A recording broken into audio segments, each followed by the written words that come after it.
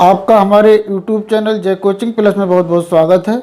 आज का वीडियो है विभिन्न प्रकार के बहुभुजों के क्षेत्रफल से संबंधित। इस वीडियो में हम वर्ग, आयत, त्रिभुज, समलंब, समांतर चतुर्भुज, समचतुर्भुज आदि बहुभुजों के क्षेत्रफल के निकालने के लिए सूत्र कौन कौन से होते हैं जानेंगे। आइए शुरू करते हैं। सबसे पहला बहुभुज हमने लिया है वर्ग यानी कि स्क्वायर। सबसे पहले देखते हैं कि स्क्वायर होता क्या है। एक ऐसा बहुभुज जिसकी चारों भुजाएं यानी चारों साइड्स आपस में बराबर होती हैं वह एक वर्ग कहलाता है। ए बी सी डी और इसका प्रत्येक कोण 90 डिग्री का होता है और सम्मुख शीर्षों को जो रेखाएं मिलाती हैं उन्हें हम विकर्ण कहते हैं और इसके दोनों विकर्ण आपस में बराबर होते हैं और एक दूसरे को समद्विभाजित भी करते हैं। आइए देखते हैं वर्ग के क्षेत्रफल का सूत्र। वर्ग का क्षेत्रफल, वर्ग का क्षेत्रफल होता है भुजा गुणे भुजा। भुजा गुणे भुजा को हम भुजा स्क्वायर भी लिख सकते हैं, भुजा का स्क्वायर। यदि हमें भुजाएं नहीं मालूम हो, विकर्ण मालूम हो, तब विकर्ण मालूम होने की दशा में वर्ग का क्षेत्रफल निकाल सकते हैं। 1/2 गुणे विकर्ण का स्क्वायर। इससे भी हम वर्ग का क्षेत्रफल ज्ञात कर सकते हैं। अब देखते हैं वर्ग का परिमाप। वर्ग का परिमाप, परिमाप किसे कहते हैं? किसी भी बहुभुज की चारों तरफ की सभी भुजाओं का योग परिमाप कहलाता है। यानी इसकी जो A B B C C D और डी ए जो भुजाएं हैं सभी का योग परिमाप कहलाएगा। अब चूंकि इसमें 4 भुजाएं होती हैं, चारों बराबर होती हैं, तो इसका परिमाप हो जाएगा, वर्ग का परिमाप हो जाएगा 4 गुणा भुजा। इससे हम वर्ग का परिमाप आसानी से ज्ञात कर सकते हैं और भुजाएं ज्ञात होने पर इसका विकर्ण भी निकाला जा सकता है। तो वर्ग का विकर्ण, यदि हमें भुजाएं पता हैं तो वर्ग का विकर्ण निकाला जा सकता है। क्योंकि इसमें ये कोण 90 डिग्री होता है और ये जो ट्रायंगल है वो रेक्टेंगल ट्रायंगल होता है, समकोणीय त्रिभुज। इसमें पाइथागोरस प्रमेय की सहायता से हम इसके विकर्ण को कैलकुलेट कर सकते हैं। तो इसका विकर्ण होगा भुजा √2। दूसरा बहुभुज देखते हैं आयत। आयत यानी कि रेक्टेंगल। आयत क्या होता है? एक ऐसा बहुभुज जिसके आमने सामने की भुजाएं बराबर होती है। जे इसके बराबर होगी, जे इसके बराबर होगी। इसका भी प्रत्येक एंगल 90 डिग्री होता है और इसके विकर्ण एक दूसरे को समद्विभाजित करते हैं और ये भी आपस में बराबर होते हैं। तो आयत का क्षेत्रफल क्या होता है? आयत का क्षेत्रफल यदि हमें निकालना है तो हो जाएगा लंबाई गुणे चौड़ाई। और आयत का परिमाप, आयत का परिमाप, परिमाप मीन्स चारों भुजाओं का योग। तो चारों भुजाएं चूंकि इसमें आमने सामने भुजाएं बराबर होती हैं तो 2 बार लंबाई आएगी, 2 बार चौड़ाई आएगी। तो अगर हम 2 को कॉमन ले लें तो ब्रैकेट में हो जाएगा लंबाई प्लस चौड़ाई। यानी कि आयत का परिमाप हो गया 2 ब्रैकेट में लंबाई प्लस चौड़ाई। अब यदि हमें आयत का विकर्ण निकालना हो, भुजाएं पता है, आयत का कोई विकर्ण हमें निकालना है तो आयत का विकर्ण, आयत के विकर्ण की लंबाई हो जाएगी आयत की लंबाई का स्क्वायर प्लस चौड़ाई का स्क्वायर और उसका ले लेंगे वर्गमूल। तो इस सूत्र से हम आयत के विकर्ण को निकाल सकते हैं।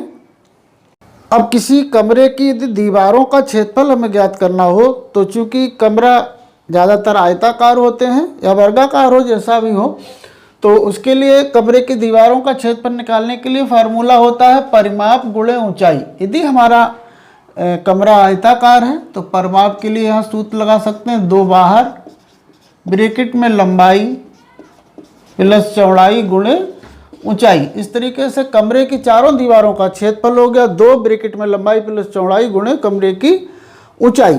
अब देखते हैं वृत्त। वृत्त क्या होता है?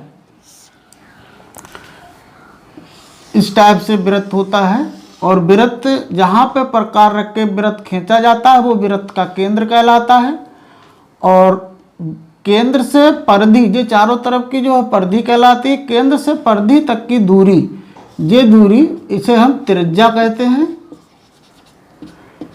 और इसी से जाने वाली रेखा सीधी आगे परिधि से मिला दी जाए तो ये पूरा व्यास बन जाता है वृत्त का। और अगर इसमें किसी जो परिधि है उसके किसी खंड की लंबाई वृत्त खंड कहलाता है। जैसे मान लीजिए ए, ओ और ये हो गया बी, तो ये एक वृत्त खंड कहलाएगा। ए भी एक वृत्त खंड है। अब देखते हैं वृत्त संबंधी सूत्र। यदि वृत्त की त्रिज्या पता है तो व्यास कैसे निकालेंगे? व्यास त्रिज्या का 2 गुना होता है, यानी व्यास बराबर हो जाएगा 2 गुणा त्रिज्या। और त्रिज्या पता है, यानी व्यास पता है, तो त्रिज्या कैसे ज्ञात करेंगे? तो त्रिज्या व्यास की आधी होती है, यानी कि व्यास बटे 2 हो जाएगा। अब देखते हैं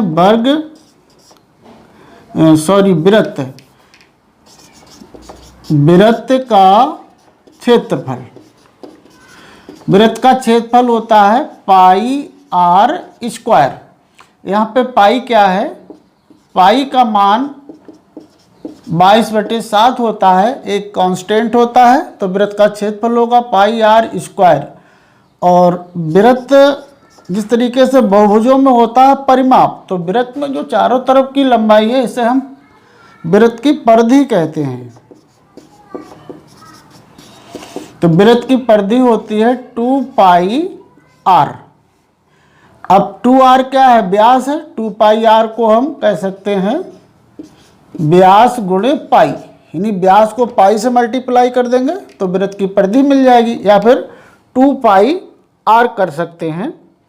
अब देखते हैं चाप की लंबाई, यानी त्रिज्या ज्ञात होने पर अगर हम इतनी चाप की लंबाई ज्ञात करना चाहें, ये भी हमारा चाप है, उसके लिए क्या सूत्र होता है?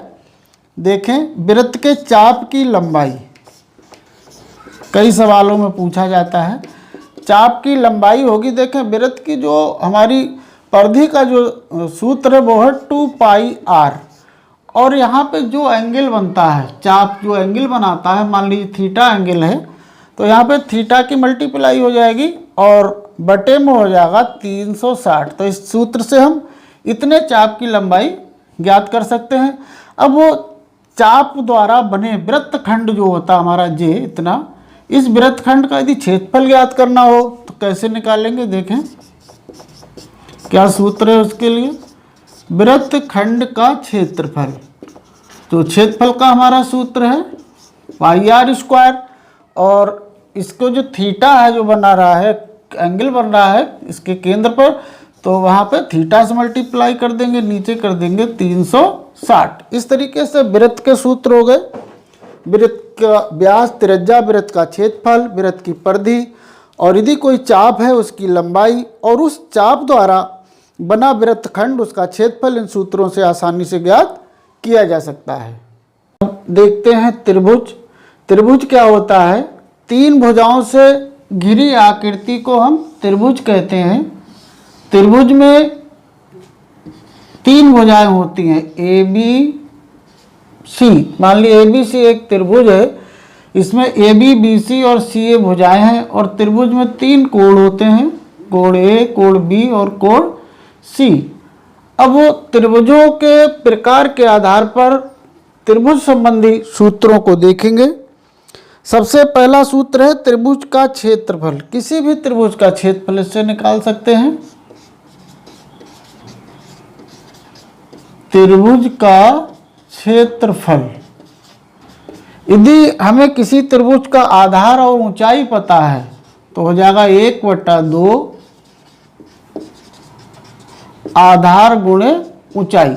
इस सूत्र से हम किसी भी त्रिभुज का क्षेत्रफल आसानी से निकाल सकते हैं, यदि किसी त्रिभुज का हमें आधार और उसकी ऊंचाई पता हो। अब यदि हमारा त्रिभुज समबाहु त्रिभुज है तो समबाहु त्रिभुज का क्षेत्रफल देखें। समबाहु त्रिभुज क्या होता है? जिसकी सभी भुजाएं आपस में बराबर होती हैं। तो समबाहु त्रिभुज का क्षेत्रफल बराबर होता है √3/4 गुणा भुजा स्क्वायर, क्योंकि उसकी तीनों भुजाएं बराबर होंगी तो √3/4 इंटू साइड स्क्वायर, यदि त्रिभुज हमारा समबाहु है तो। अब समबाहु त्रिभुज की भुजा पता है, उसकी ऊंचाई अगर निकालना है तो देखें कैसे निकाल सकते हैं। समबाहु त्रिभुज की ऊंचाई ज्ञात करने के लिए सूत्र है √3/2 गुणे भुजा। तो इस तरीके से समबाहु त्रिभुज की हम ऊंचाई ज्ञात कर सकते हैं। अब वो समबाहु त्रिभुज का परिमाप निकालना है, अगर परिमाप चारों तरफ की भुजाओं का योग,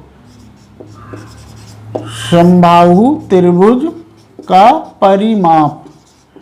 अब चूंकि समबाहु त्रिभुज में 3 भुजाएं होती हैं तो 3 गुणे भुजा हो जाएगा, तीनों भुजाओं का योग हो गया। तो समबाहु त्रिभुज का परिमाप हो गया 3 गुणे भुजा। अब वो त्रिभुज हमारा यदि समकोण है, समकोण त्रिभुज कौन सा होता है जिसमें कम से कम एक कोण समकोण हो, तो उसे हम समकोण त्रिभुज कहते हैं। तो समकोण त्रिभुज का क्षेत्रफल का सूत्र होता है 1/2 आधार गुणे उसका लंब, 1/2 आधार गुणे लंब। समकोण त्रिभुज इस टाइप से होगा। एक कोण कम से कम 90 अंश होगा और 90 अंश के कोण के सामने की भुजा कर्ण कहलाती है और एक भुजा आधार और जे वाली भुजा इसमें लंब कहलाती है। तो समकोण त्रिभुज का क्षेत्रफल होगा 1/2 आधार गुणे लंब। अब किसी समकोण त्रिभुज में हमें आधार और लंब पता है और कर्ण अगर निकालना है तो देखें क्या सूत्र होगा। कर्ण बराबर हो जाएगा आधार का स्क्वायर प्लस लंब का स्क्वायर और उस पर √। ये पाइथागोरस से निकल के आता है सूत्र। यदि हमें आधार पता है, लंब पता है, कर्ण निकालना है तो कर्ण बराबर हो जाएगा आधार का स्क्वायर प्लस लंब का स्क्वायर और उसका वर्गमूल निकाल देंगे। अब वो कोई त्रिभुज मान लीजिए विषम बाहु है, विषम बाहु त्रिभुज का क्षेत्रफल। विषम बाहु से मतलब होता है एक ऐसा त्रिभुज जिसकी कोई भी भुजाएं आपस में बराबर ना हो, ना कोई कंडीशन हो उसमें। मान लीजिए इसकी भुजाओं की लंबाइयां A, B और C हैं।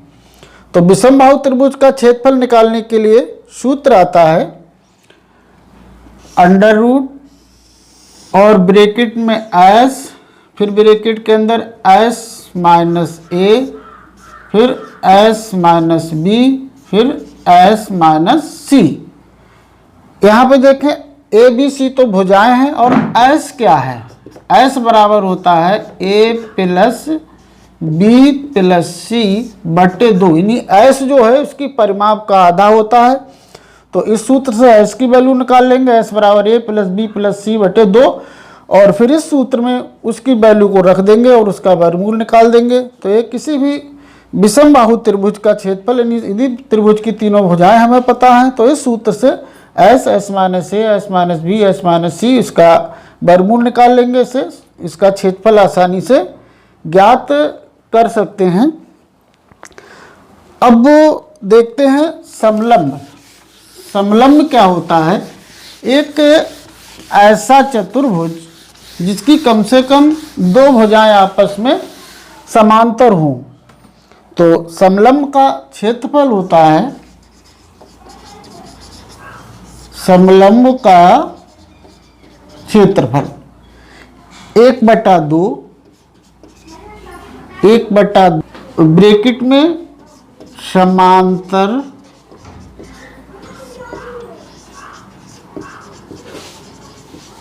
भुजाओं का योग गुणे उनके बीच की दूरी, उनके बीच की दूरी। समलंब इस टाइप से होता है इसमें दो भुजाएं आपस में समांतर होती, मान लीजिए जे भुजा जे आपस में समांतर है, तो इसका जब क्षेत्रफल निकालेंगे तो 1/2 समांतर भुजाओं का योग, यानी जिस दोनों समांतर भुजाएं होगी जे और जे, इसका योग गुणे उनके बीच की दूरी। दूरी क्या है? इनके बीच की लंबवत दूरी, या कह सकते हैं तो समलंब की ऊंचाई, इसे ऊंचाई भी कह सकते हैं। तो इससे हम समलंब का क्षेत्रफल निकाल सकते हैं। अब देखते हैं समचतुर्भुज। समचतुर्भुज क्या होता है?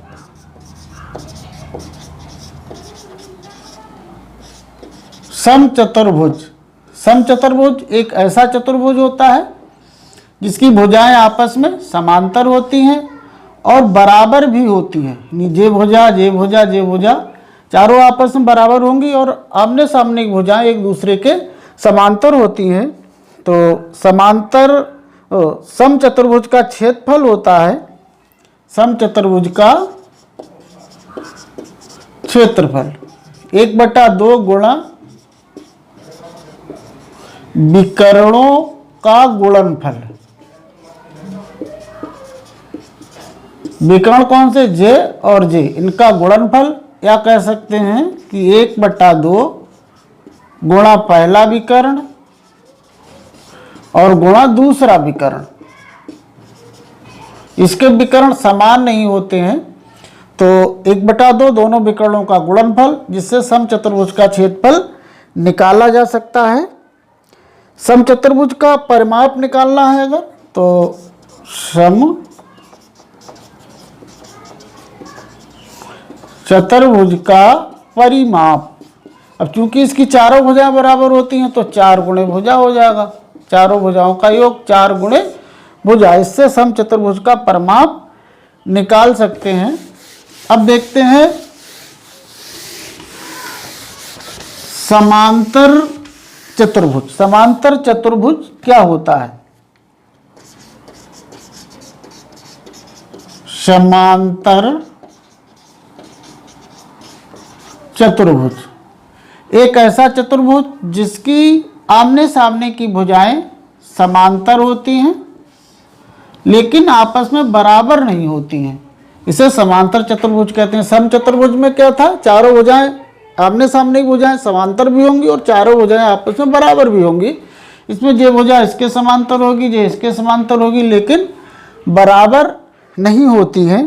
तो समचतुर्भुज का क्षेत्रफल होता है आधार गुणे ऊंचाई। समचतुर्भुज का क्षेत्रफल अगर हमें निकालना है तो हो जाएगा आधार गुणे ऊंचाई। यदि इसका हमें आधार मालूम है तो हो जाएगा आधार गुणे ऊंचाई, या एक भुजा या इसे कह सकते हैं, इसे निकाल सकते हैं एक भुजा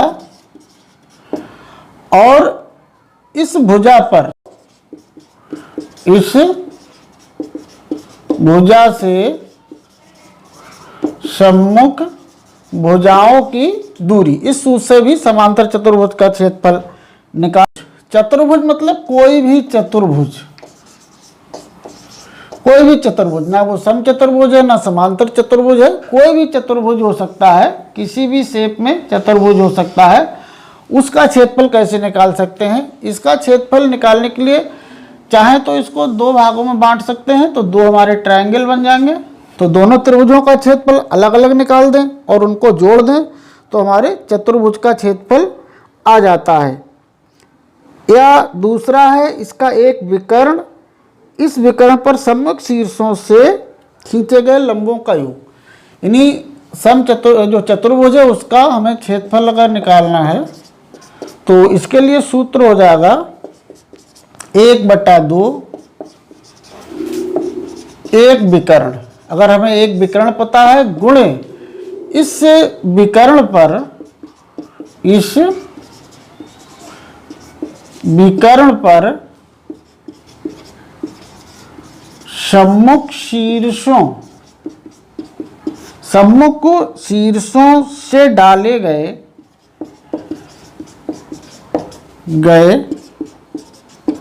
शीर्षों से डाले गए लंबों का योग। इस सूत्र से भी हम किसी चतुर्भुज का क्षेत्रफल आसानी से निकाल सकते हैं। तो इस तरीके से सभी बहुभुजों के क्षेत्रफल के सूत्र हो गए, जो गणित की दृष्टि से बहुत ही महत्वपूर्ण है।